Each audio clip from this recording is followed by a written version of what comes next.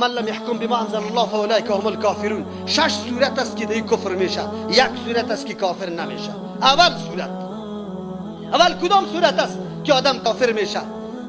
کسی که احقیت حکم غیر الله و رسول الله را قائل است و عقیده داره که از این حکم الله کرده حکم دیگه کس حق است، ولو که هر کس باشه، حکم پیر صاحبه، حکم مولوی صاحبه، حکم آقا صاحبه، حکم طاغوت، حکم بین الملل، حکم کسی دیگری را حق و لایق میدانه از حکم الله. ای آیت مصداقش است و من لم یحکم بما انزل الله فاولئک هم الکافرون. چرا؟ به خاطر که هیچ حکم احق و اولا از حکم الله و رسول الله شده نمیتونه. پیشتر گفتم که صفات حاکمیت فقط در الله متعال است، در کسی دیگری نیست. این صورت اولش است که کسی حق بدانه حکم غیر الله و رسول الله را، ولو که فیصله سری حکم نکنه. دموکراسی را خیلی خوب میدانه، حق میدانه، میگه بجای از اینکه ما با قانون قرآن فیصله کنیم، امروز که دموکراسی را فیصله کنیم، این خیلی بهتر است. امام شنقیطی رحمه الله میگه در اینجا که اگر کسی در مطلقاً حکم دیگر را ترجیح بده یا در بعضی حوادث جدید بگویه که والا امی دموکراسی اینجا مناسب است، حکم اسلام مناسب نیست، کافر است. این صورت اولش است، لایق دانستن غیر حکم الله و حکم رسول الله. دوم، بله عقیده نداره که حکم غیر الله و رسول الله حق است، لیکن عقیده داره که بله حکم غیر الله و رسول الله او هم بهتر است، خوبی داره، احسن است. نمیگه که حق است، خیلی لایق است، میگه مثل که حکم الله و رسول الله خوب است او حکم هم خوب است. شکی در کفر از این نیست. چرا که برابر کرد کی را؟ حکم غیر الله را با همراه حکم الله متعال.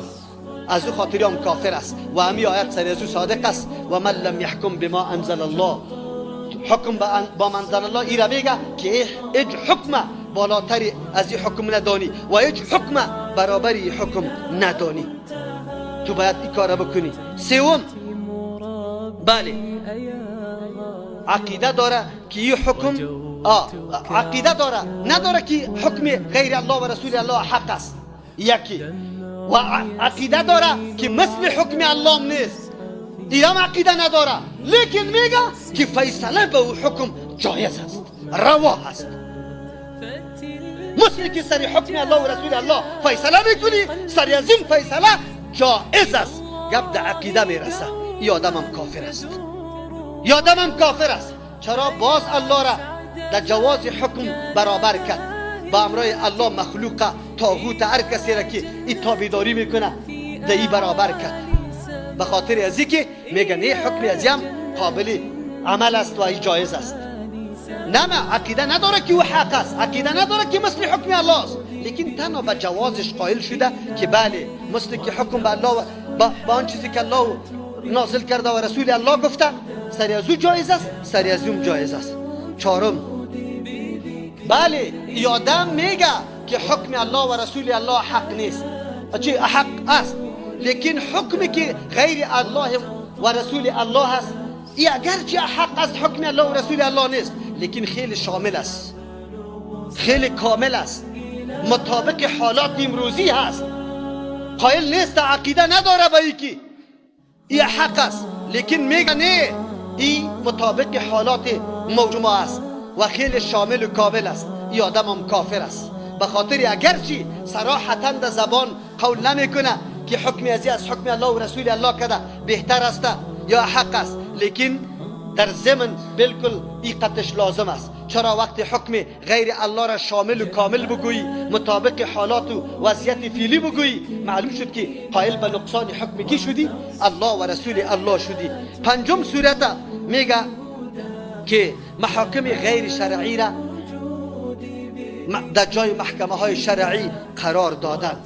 این بسیار عظیمترین حکم است و بسیار خطرناکترین حکم است که با تأسف در اکثر ممالک اسلامی به جای حکم قرآن و حدیث اونمو احکامی که جور کرده قوانین فرانسه و لندن و آلمان و بگوی بین الملل است او را آورده تطبیق میکنه. محکمه شرعی را دور میکنه، از نگاه حکم شریعت فیصله نمیشه، غیر شرعی محاکم مقرر کرده، آلی کل مسائل به او رجوع میکنه.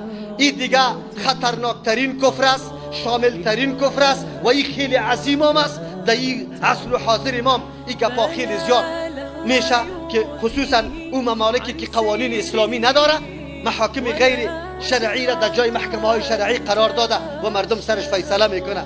این آیت مصداقش این مردم هم است که و من لم یحکم بما انزل الله فاولئک هم الکافرون.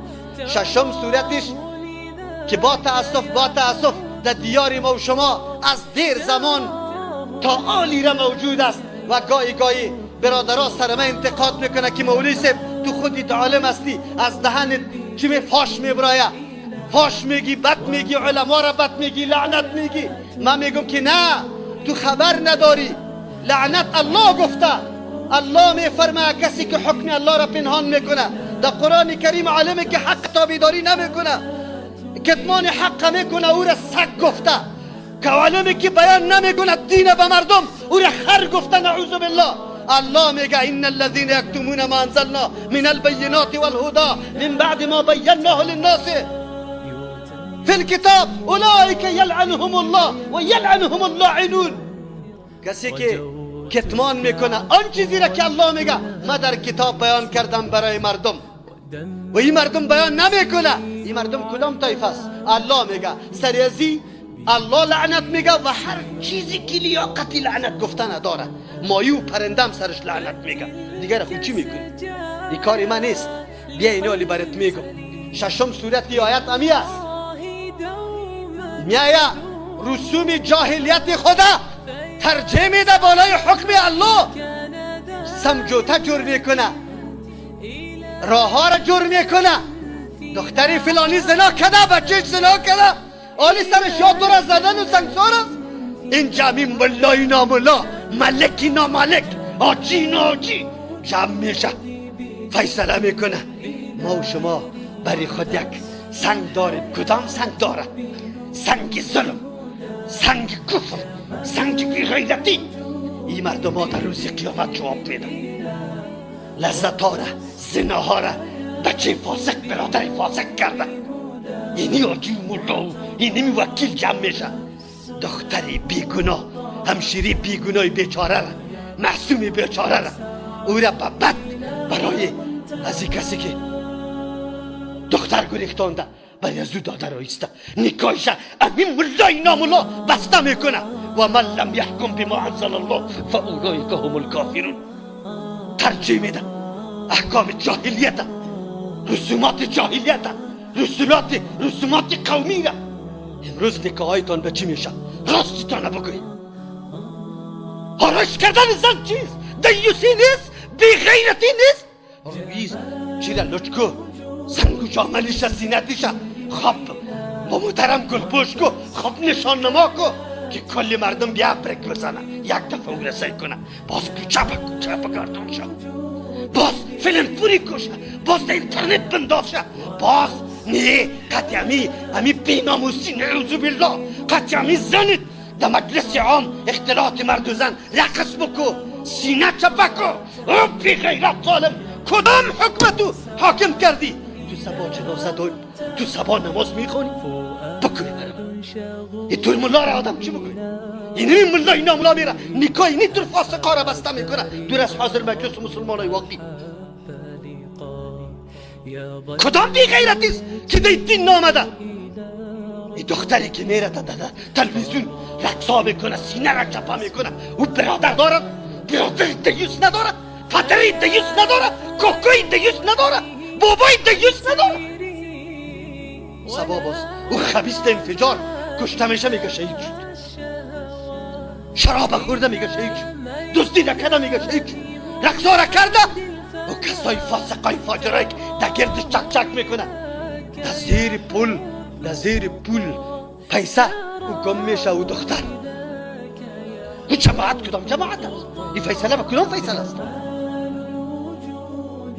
دین تنها امیر میگه یک وقت نماز بخوان، تسبیح از دروغی را دست بگی، دین است. که ملا را بد بگم و می خاطر بد بگم در کل عمر در سر منبر نواقص اسلام بیان نکردم که اسلام توسط این چیزا. وضو نواقص داره یا نداره؟ وضو میده میشه یا نمیشه؟ در این مجلس نشسته هستی، در این مجلس نشسته هستی خور خو بردته وضویت میده شده یا نشده؟ چرا میبروی؟ نماز خوانده میتونی؟ اگر حلال بدونی چی میشی؟ کافر میشی.